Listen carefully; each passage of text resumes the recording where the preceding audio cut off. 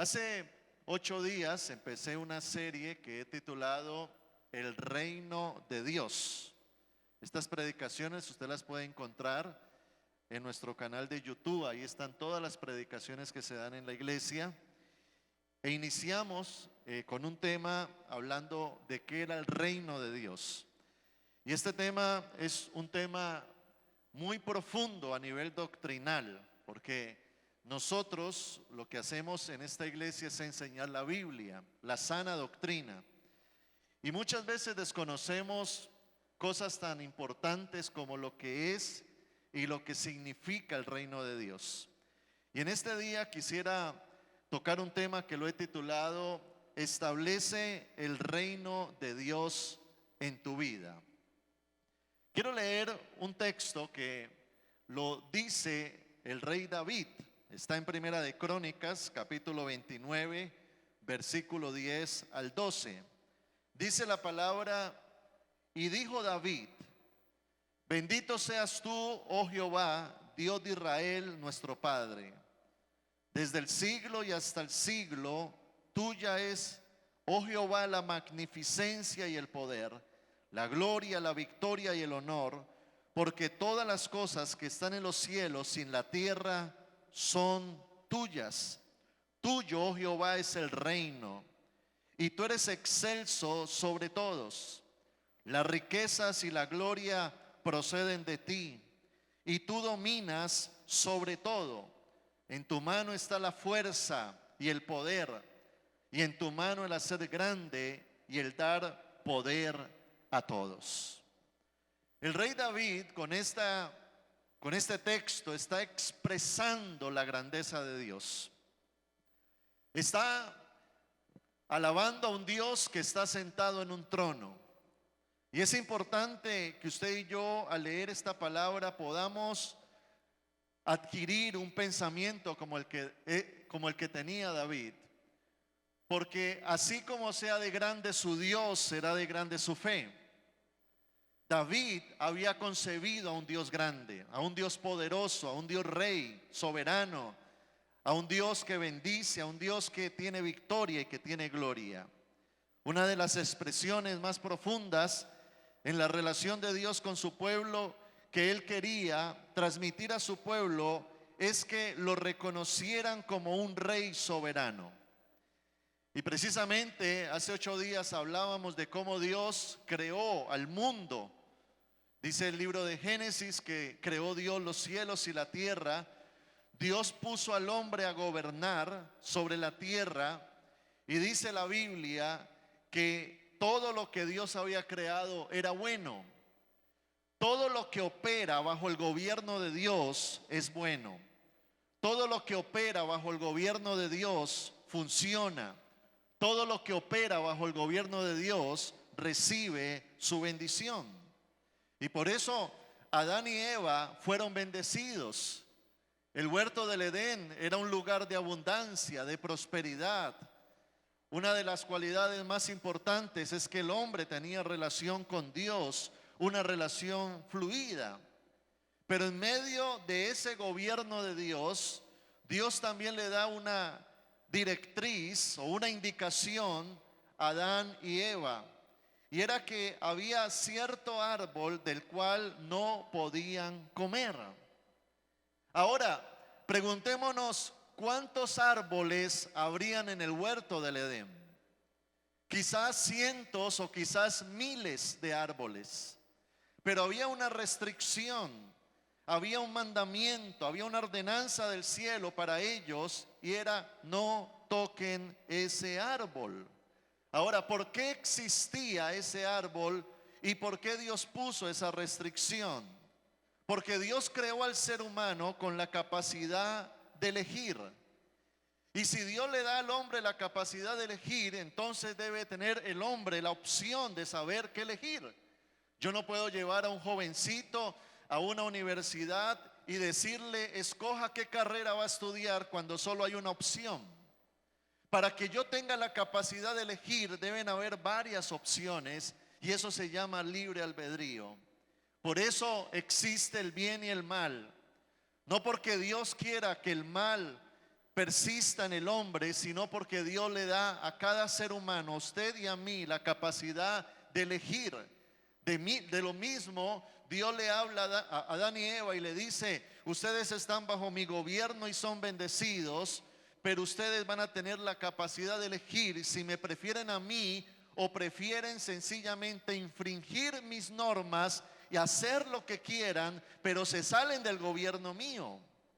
Y allí es donde nos encontramos un diálogo que tiene Adán con Dios cuando dice que toma del fruto de aquel pecado que está cometiendo, aquel acto de desobediencia. Génesis capítulo 3, verso 12 al 13, dice la palabra: el hombre contestó: Adán, la mujer que tú me diste fue quien me dio del fruto y yo lo comí. Entonces el Señor Dios le preguntó a la mujer: ¿qué has hecho? La serpiente me engañó, contestó ella, por eso comí. En este texto se narra lo que pasa con estas dos personas que están bajo el gobierno de Dios hasta ese momento. En el momento en que ellos infringen la ley de Dios, eso se convierte en un acto de desobediencia que produce pecado. Pecar es infringir la ley de Dios. Pecar es hacer lo opuesto a lo que Dios nos dice que hagamos.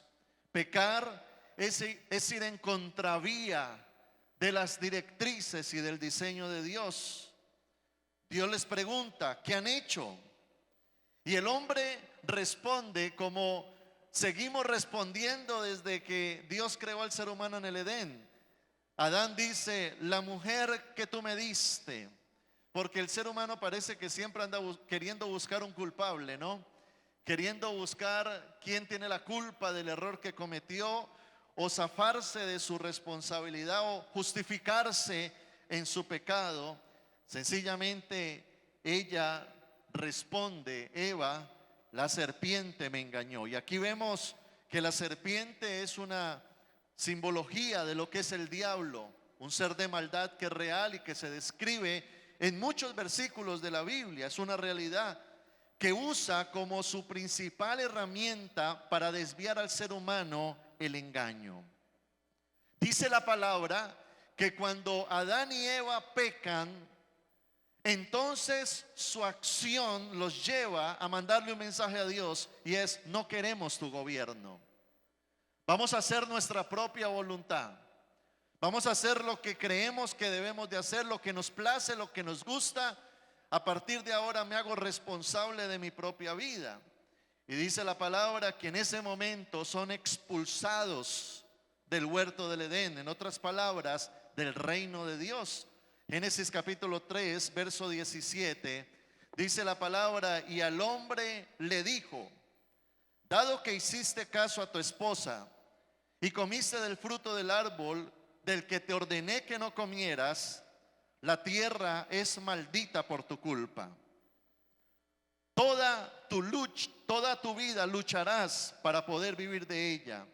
Te producirá espinos y cardos, aunque comerás de sus granos. Con el sudor de tu frente obtendrás alimento para comer, hasta que vuelvas a la tierra de la que fuiste formado, pues fuiste hecho del polvo y al polvo volverás. Verso 23. Así que el Señor Dios los expulsó del jardín del Edén y envió a Adán a cultivar la tierra de la cual él había sido formado. Después de expulsarlos, el Señor Dios puso querubines poderosos al oriente del jardín del Edén y colocó una espada de fuego ardiente. Mire lo que sucede en el momento en que el ser humano peca.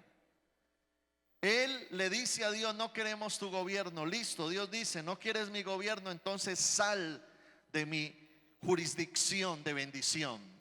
Dice que son expulsados.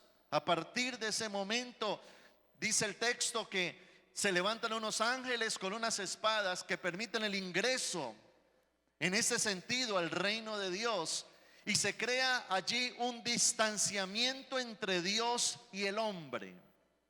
Ahora hay una división, hay un gran abismo que se crea, y hay un impedimento para que el hombre retorne. Ya no hay fluidez en la relación del hombre con Dios. Ya la bendición no está sobre ellos. Ahora decidiste caminar sin mí, entonces te la vas a valer por ti mismo. Con el sudor de tu frente vas a producir lo que vas a comer, porque no va a ser bajo mi bendición, sino bajo tu trabajo, tu esmero, tu autosuficiencia, tu humanismo, que te vaya bien. El hombre decide abandonar a Dios y en ese momento se sale de la sombrilla de bendición. Pero vemos en la Biblia cómo Dios tiene un plan de salvación. Cómo Dios, no contento con el aislamiento del hombre, porque Dios nos ama. Dice la palabra de que Dios llama a un hombre llamado Abraham para crear de él un pueblo con el cual tener una relación y poderlo otra vez atraer a su redil. Dios toma a Abraham y le dice en el libro de Génesis capítulo 17 versículo 7: yo confirmaré mi pacto contigo. Ahora voy a hacer un pacto, les dice Dios, y con tus descendientes después de ti. De generación en generación este es el pacto eterno. Yo siempre seré tu Dios y el Dios de todos tus descendientes. Ahora le está diciendo a Abraham, escúcheme, Abraham, tú vas a entrar bajo un pacto de bendición, bajo un gobierno de bendición. Y esa nación que van a hacer de ti, Israel, esa nación va a aprender a depender de mí y van a saber lo que significa tenerme como rey. Vemos como Dios ahora quiere retornar al ser humano, al propósito original. Allá cuando estaba Adán y Eva bajo el gobierno de Dios, eran bendecidos, eran felices, lo tenían todo, tenían plenitud de vida. Ahora a través de Abraham Dios quiere traer a un pueblo y retornarlo para que ahora sea su pueblo. Ese pueblo que Dios va a bendecir, proteger, guardar. Y Dios asimismo les da unas directrices, unos mandamientos, unas leyes para que ellos aprendan a caminar en medio de este mundo en obediencia y bajo su bendición.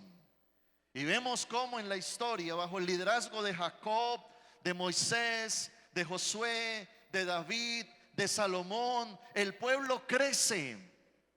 La nación israelita es bendecida. Comienzan a ver la prosperidad de Dios, la victoria de Dios.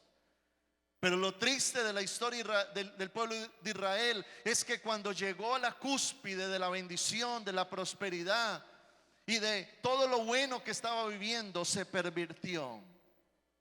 Y en el momento en que Israel se pervierte, pasa lo mismo que pasó con Adán y Eva. Comienzan a hacer lo incorrecto, comienzan a pecar y con su pecado comienzan a alejarse de Dios. El libro de Oseas, quien es un profeta del Antiguo Testamento, capítulo 6, versículo 7, el texto dice: pero igual que Adán, ustedes rompieron mi pacto y traicionaron mi confianza. Mire las palabras de Dios al pueblo israelita. Al igual que Adán, ustedes rompieron mi pacto. Ustedes decidieron traicionar mi confianza. Y a partir de ese momento entra una decadencia en el pueblo israelita. El pueblo israelita se divide en dos.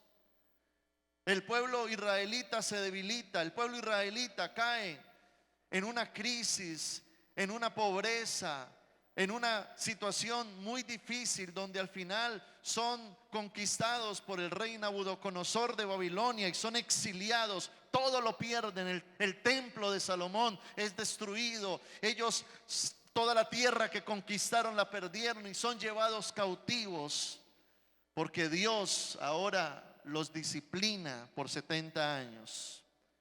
Pero vemos también cómo en el Nuevo Testamento Dios manifiesta un plan de salvación para el hombre por medio de su Hijo Jesucristo. Ese Dios que está sentado en el trono, ahora se hace hombre para venir y rescatarnos, para venir y llegar a nuestro corazón y recordarnos que el plan original no era este mundo caído, que el plan original no era la maldad que vemos diariamente en la sociedad, la depravación, la inmoralidad, la corrupción, la degradación del ser humano. Esa maldad que la gente se pregunta, si Dios existe, ¿por qué existe tanto mal? ¿Por qué si Dios existe los niños sufren? ¿Por qué hay tanta enfermedad? ¿Por qué hay tanta violencia? ¿Por qué las cárceles están hacinadas? Y la respuesta es porque el hombre ha elegido tener una vida sin Dios. Y allí es donde Dios se hizo hombre. Y mire lo que dice Hebreos capítulo 8, versículo 6 en adelante. La palabra dice: pero ahora Jesús, nuestro sumo sacerdote, se le ha dado un ministerio que es muy superior al sacerdocio antiguo, porque Él es mediador a nuestro favor de un mejor pacto con Dios, basado en promesas mejores. Versículo 10. Pero este es el nuevo pacto que haré con el pueblo de Israel en este día, dice el Señor. Pondré mis leyes en su mente y las escribiré en su corazón. Yo seré su Dios y ellos serán mi pueblo.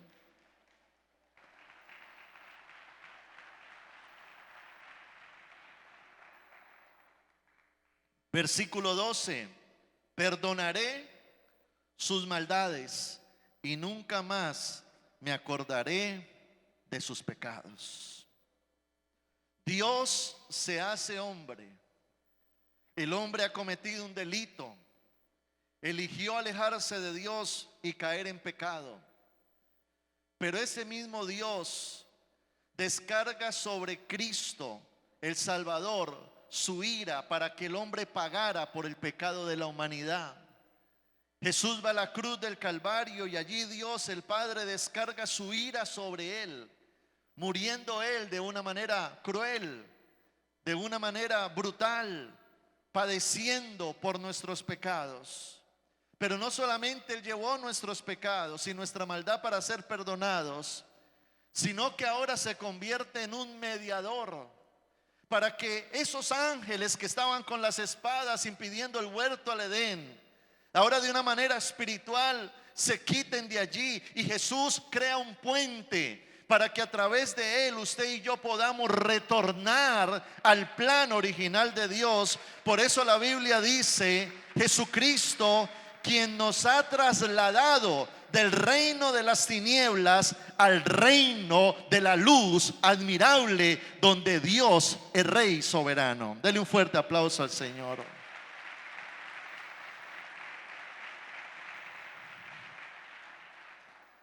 Ahora a través de Cristo tenemos acceso. Dice la palabra: acérquense pues con confianza al trono de la gracia, al Rey de Reyes, al Señor de Señores. Y no solo eso, sino que nos ha entregado su Espíritu Santo, para que su Espíritu Santo obre en nosotros. Porque el ser humano natural, en su concupiscencia, en su pecado, en su proceder de una naturaleza caída, no puede solo someterse a Dios, no puede solo estar bajo el gobierno de Dios, no puede solo someter sus impulsos humanos. Entonces Él nos ha dado su Espíritu Santo para que su Espíritu Santo nos transforme, nos guíe, nos ayude, desarrolle en nosotros una nueva naturaleza y produzca en nosotros el querer como el hacer, para permitir que Dios sea Señor de nuestra vida. En el Antiguo Testamento, el pueblo de Israel existía porque Dios existía. Y el pueblo creció y se multiplicó. Pero en este tiempo Dios está levantando un pueblo donde Jesucristo es nuestro Rey, el Rey de Reyes, el Señor de Señores. Él es nuestro libertador, Él es nuestro Rey soberano. Hoy en día el cristianismo existe porque Dios existe. Y Dios sigue teniendo un propósito. Ese Dios que nos ama.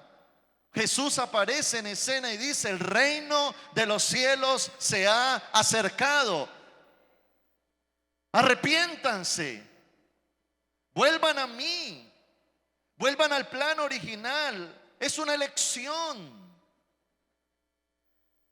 Es una elección donde el ser humano se humilla a sí mismo y permite el gobierno de Dios. No hay reino sin gobierno. Si tú dices que Dios es rey, significa que Dios gobierna en tu vida. No hay reino sin gobierno. Y mire cómo hoy en día Dios está estableciendo su reino en la vida de muchas personas. Mire hoy en día cómo el evangelio se ha propagado en las diferentes naciones de la tierra. Nunca antes en la historia de la humanidad había habido un avance tan significativo como hoy del reino de Dios en la tierra. Según las últimas estadísticas de las misiones en el mundo, solo quedan 430 grupos étnicos y se están enviando misioneros allí para predicar y llevar el mensaje de la palabra. La Biblia se ha traducido a más de 2000 idiomas, se ha esparcido como el libro más vendido de la historia de la humanidad. Hay iglesias, ministros, pastores predicando, hombres y mujeres que están sometiéndose al gobierno de Dios, porque Dios no vino a establecer una religión, Dios vino a establecer su gobierno en los corazones que se lo permitan. Y eso es lo que Dios quiere y desea de cada uno de nosotros.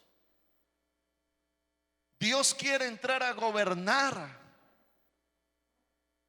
No que nosotros nos gobernemos a nosotros mismos. Él quiere ser Señor, no un ídolo más al cual pedir. Y ahí entendemos nuestra posición, porque si entramos a un reino, hay un rey, somos súbditos. Parece ser que cuando se nos dice humíllese delante de Dios, tocar a nuestro orgullo, porque muchas veces el diablo nos ha hecho creer que somos autosuficientes. Pero Jesús bien le dijo a los discípulos: alejados de mí, nada pueden hacer. Ustedes fueron creados para estar bajo mi gobierno. De otra manera no operan bien. Pero qué bonito es que Dios entra a nuestros corazones, tome el control de nuestras vidas. Y ese reino de Dios que habita en nosotros, ahora podamos salir y llevarlo a nuestra familia, y llevarlo al lugar donde nosotros trabajamos, y establecer el reino de Dios en la sociedad, en las diferentes esferas de lo que implica la sociedad. Allí en la cultura, en la política, en la economía, en la salud, en los medios, en las artes, en la educación. Somos la respuesta a este mundo porque Dios fue la respuesta para nosotros. Dice la palabra en el libro de Juan capítulo 9 verso 5. Dice la Biblia: pero mientras estoy aquí en el mundo, hablando Jesús, yo soy la luz del mundo. En otras palabras, Jesús está diciendo: yo soy la esperanza. Le está diciendo al ser humano: quita tu mirada del político, quita tu mirada del dinero, quita tu mirada de la sociedad. Tu respuesta soy yo. Yo soy la luz. Luz es esperanza, luz es vida. Luz es no oscuridad ni tinieblas, sino resplandor. Ahora, cuando esa luz se revela a nosotros, se establece su gobierno en el corazón del hombre. Mire lo que pasa. Mateo 5:14 dice la Biblia: ahora ustedes son la luz del mundo. Es decir, que esa lámpara se traslada de Dios a nosotros como una ciudad en lo alto de una colina que no puede esconderse. Porque allí es donde usted y yo somos levantados, no por lo que somos, sino por lo que Él es. Y mire lo que va a suceder al final de los tiempos. Va a haber un momento donde Cristo va a aparecer por segunda vez. Ya no va a venir en forma de bebé usando una virgen.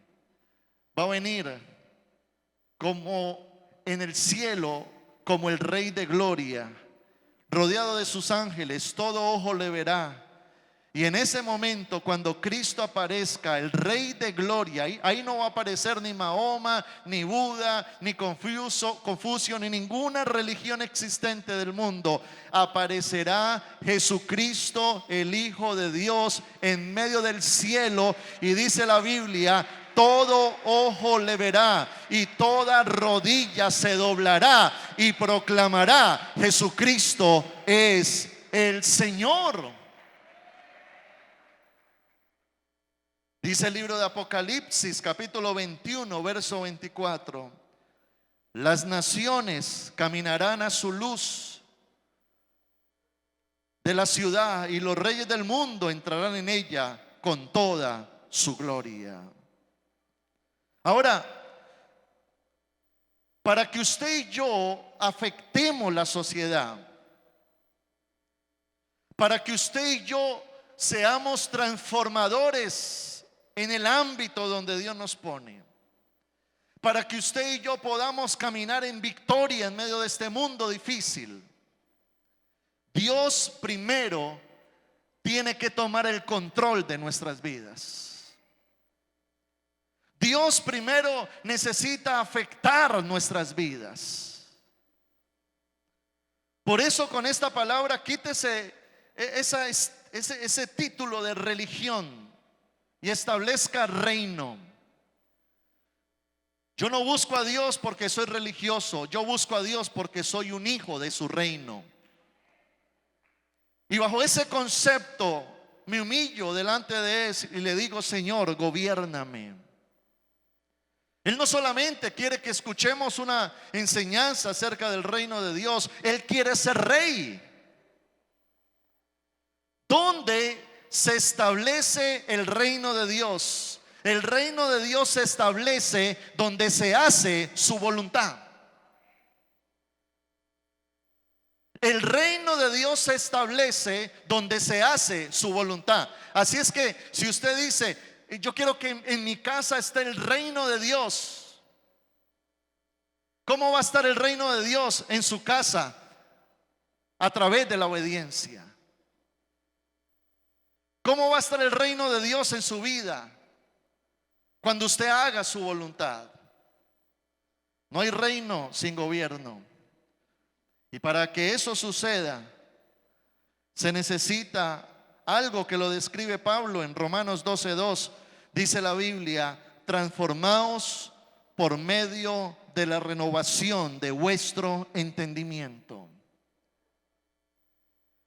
Nuestra mente tiene que ser renovada. Nuestra vida tiene que ser transformada. Por eso Jesús habló del nuevo nacimiento. Vas a tener que volver a nacer de nuevo. No se trata de sacar lo mejor de ti. Tú necesitas una regeneración total. Vas a nacer de nuevo, vas a ser mi hijo. Y por supuesto, para eso necesitamos entender la palabra de Dios. Cuando Pablo escribe este texto, se lo escribe a la iglesia en Roma, en el Imperio Romano. Ellos están en medio de un mundo secular, pagano, mundano, pervertido. Pero allí Dios necesita levantar gente de reino, una generación de creyentes transformados para transformar su entorno. Tú nunca vas a lograr transformar tu entorno si tú primero no has sido transformado por Dios. ¿Y por qué Dios hoy nos da esta palabra? Porque también venimos de una cultura de mundo donde Satanás ha establecido criterios, valores, una conducta. Toda cultura tiene su historia. La ciudad de Cali se llama así porque viene de las culturas indígenas, los calimas. Y venimos de trascendencias, de paganismo, de idolatría, de brujería, de hechicería. Usted y yo venimos al mirar nuestro árbol genealógico, nuestros padres, antepasados, abuelos, tatarabuelos, bisabuelos, ¿qué nos heredaron? Y parece que una nube oscura nos persigue, lleno de maldición, de iniquidad, marcando un futuro de perversión y haciéndonos creer que solos podemos.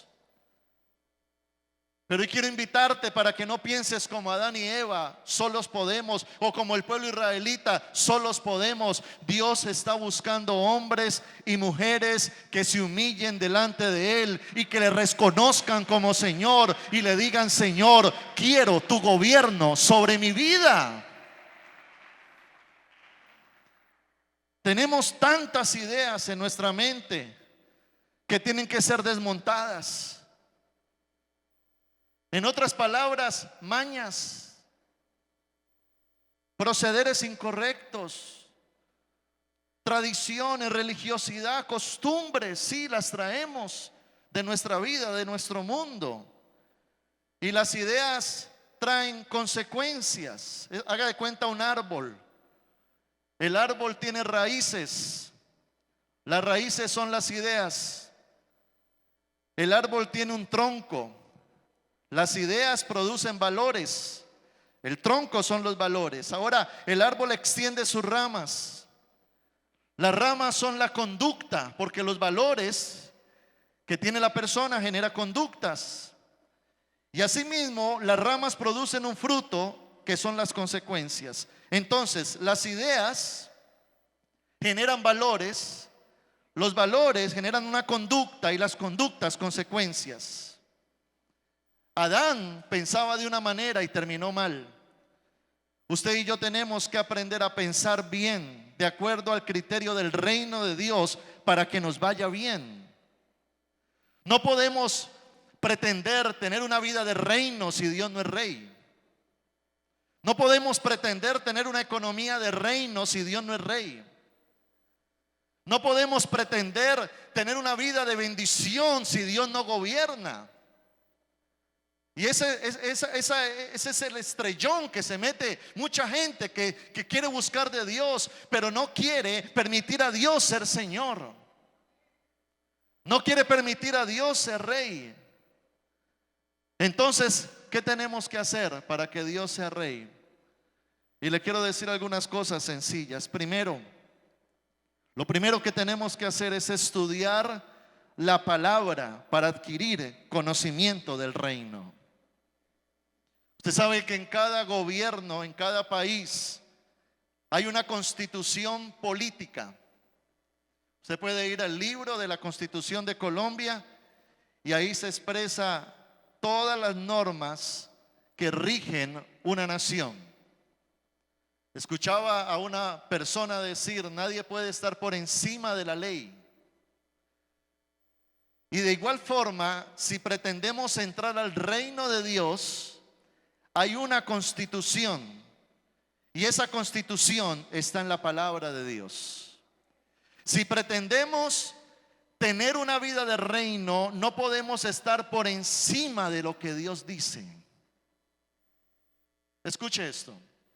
Si queremos tener una vida de reino, no podemos estar por encima de lo que Dios dice. Allí en la palabra de Dios se describen las normas y los principios. Se describe el carácter y la naturaleza de Dios. Se describe su voluntad para nosotros. Pero también se describe la posición que usted y yo ocupamos en el reino de Dios. El problema es que mucha gente que se acerca a Dios no estudia la palabra. No es un pueblo reflexivo en lo que Dios ha dicho. Hay mucha gente que puede venir a una iglesia y desconoce sus derechos, sus deberes y sus privilegios. Nos quedamos con el nivel básico de kinder cristiano, donde decimos: sí, yo pequé, Cristo murió por mí y me voy para el cielo. Eso es todo. Y quizás usted a través de su fe llegue al cielo, pero Dios no solamente quiere que a través de tu fe usted llegue al cielo. Dios quiere que a través de tu obediencia el cielo venga a ti ahora. Dele fuerte ese aplauso al Señor. Ahora, cuando tú no eres una persona con mentalidad bíblica, el diablo viene y te mete los dedos a la boca. Así como enredó a Eva y la engañó, te engaña a ti. Pero una persona que conoce a Dios, que está lleno del Espíritu Santo, no se deja engañar. Yo quiero invitarle a que usted vea su relación con Dios como la relación de un súbdito con su rey. Pero necesitamos conocer a ese rey. Por eso nos llaman el pueblo del libro. El pueblo del libro, de la palabra. Hebreos capítulo 4, verso 12. Dice la Biblia: porque la palabra de Dios es viva y eficaz, y más cortante que toda espada de dos filos, y penetra hasta partir el alma y el espíritu, las coyunturas y los tuétanos, y discierne los pensamientos y las intenciones del corazón. Por eso Jesús dijo: vayan y hagan discípulos, porque el discípulo es aquel que crece en el conocimiento de Dios. Un discípulo no es solo el que se congrega, un discípulo es aquel que adquiere disciplinas espirituales para conocer a Dios, y en la medida en que él se acerca a Dios, su vida es transformada. Yo le invito a que usted establezca una relación con la palabra, porque es la palabra, la Biblia, la que transforma nuestra mente, la que nos revela a Dios, la que conoce a Dios. Desde que yo me convertí al Señor, tenía yo 19 años. En mi primer año y medio de cristiano me leí mi primera Biblia. Y durante estos años que ha transcurrido me he leído la Biblia 8 veces, todos los días. Esta madrugada me levanté a leer la Biblia. ¿Por qué? Porque usted y yo somos el pueblo del libro. Tú no vas a crecer por tus años en la iglesia, tú vas a crecer por tus años en la palabra. Hay gente que dice: yo tengo 30 años de ser cristiano y es igualito. No han habido cambios, no han crecido, no han madurado. No han entendido el reino, siguen en desobediencia, son como ingenuos, como niños. Porque lo que te transforma no es una religión, lo que te transforma es la palabra de Dios en tu mente y en tu corazón. Diga conmigo: yo soy el pueblo del libro. Tengo que volver a la palabra, la constitución del reino de Dios. En segundo lugar, lo que tenemos que hacer es no dividamos lo secular de lo espiritual. Muchas veces tendemos a adquirir una vida cristiana donde yo entro el domingo a la iglesia y pareciera ser: entro al reino de Dios, vengo a buscar al rey, levanto mis manos, cantamos las canciones que exaltan al rey, nos humillamos, pasamos al frente a ser ministrados, lloramos, buscamos a Dios, pero al salir parece que nos desconectamos del reino. Dios no es el dueño del domingo, Dios es el dueño de nuestras vidas. Y el reino de Dios no podemos desconectarlo de nuestra relación con Él y de nuestra vida secular. No podemos pretender ser cristianos de domingo y personas del mundo de lunes a sábado. No podemos pretender tener un corazón para Dios y una mente para el mundo. Dios necesita ser Señor de todo. Y una persona que entiende y vive eso, entiende que Dios gobierna aquí y afuera. Cuando tú salgas a la calle y estás bajo el reino de Dios, eres un portador de la presencia de Dios. El reino se mueve contigo. Vas a hacer negocios y allá Dios sigue siendo Señor. Vas a levantar una familia y allá Dios sigue siendo Señor. Sales y te vas de vacaciones, allá Dios sigue siendo Señor, porque Él es el dueño de nuestro ser y de nuestro corazón. Un hijo de Dios aprende a conocer la visión de Dios para su vida. Aprende a distinguir el propósito que Dios tiene con él.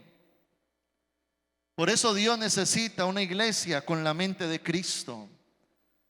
Y una iglesia no es el auditorio, una iglesia somos usted y yo.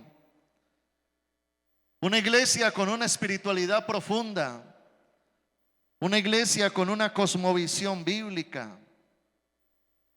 Él necesita estar en todo y en todo gobernar. Él quiere gobernar tu vida, tus decisiones, tus acciones. Él quiere levantarte para que seas luz afuera en medio de las tinieblas y la oscuridad. Él quiere que tú te conviertas en una persona de propósito. David, el rey, lo experimentó. En el Salmo 24, 9 al 10, David dice: alzad, oh puertas, vuestras cabezas, y alzaos vosotras, puertas eternas, y entrará el Rey de gloria. ¿Quién es ese Rey de gloria? Jehová de los ejércitos, el Rey de la gloria.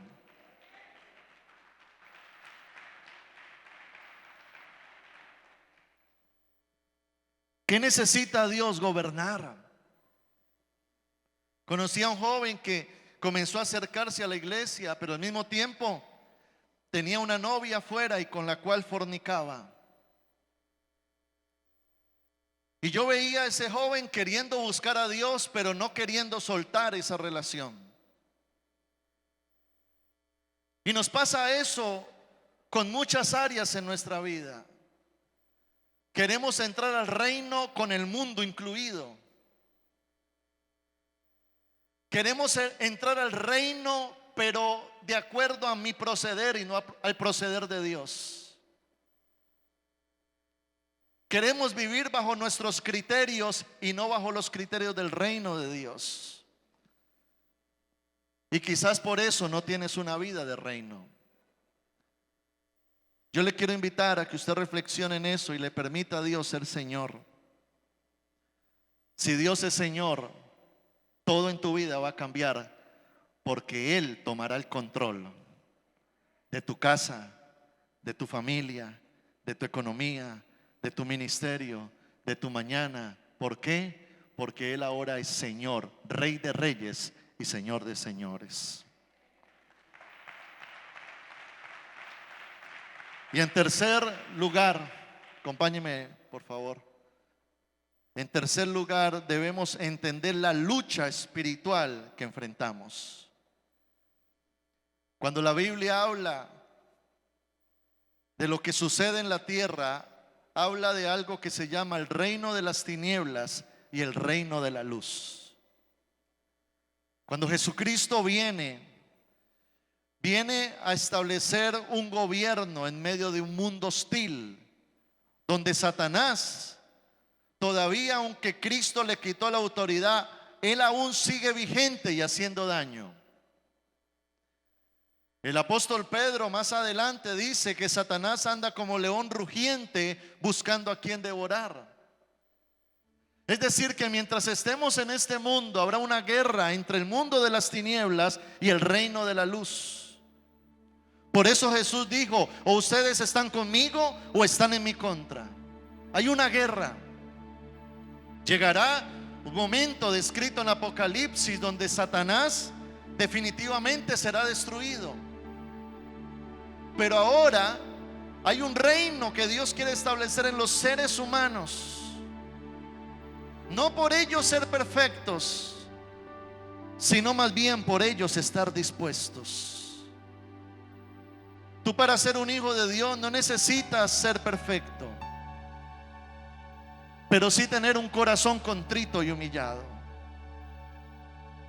El diablo no va a estar solamente mirando cómo tú te conviertes, cómo llevas el reino de Dios a tu casa, cómo traes a tu familia a la iglesia, cómo Dios te comienza a prosperar, cómo comienzas a predicar y las almas se convierten. El diablo no se va a quedar quieto. El diablo va a querer contraatacar, sacarte del propósito de Dios. De hecho, lo que busca el diablo no es solo hacerte caer, es sacarte del propósito. Al diablo le interesaba poco si Eva se comía esa manzana. El propósito final de Eva era sacarla del propósito de Dios. Y el problema es que luchamos con nuestra carne, que es propensa al pecado, ¿verdad? Y nos atrae. Pero Dios nos dice: estás en el mundo. En el mundo van a tener aflicciones, pero no teman, porque yo vencí al mundo. Y yo voy a estar con ustedes y les daré la victoria. Si ustedes están bajo mi gobierno, serán más que vencedores. Se pueden levantar obstáculos, situaciones, enfermedades, adversidades, pero más grande será el que está en ustedes que el que está en el mundo.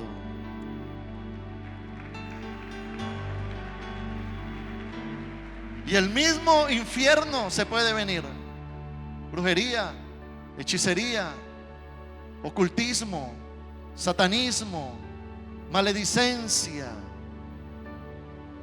Pero mire lo que dice Apocalipsis 17:14: pelearán contra el Cordero y el Cordero los vencerá, hablando de Cristo, porque Él es Señor de señores y Rey de reyes, y los que están con Él son llamados y elegidos y fieles. Eso es el reino de Dios. Así se establece el reino de Dios en una vida. Así se logra tener una vida victoriosa.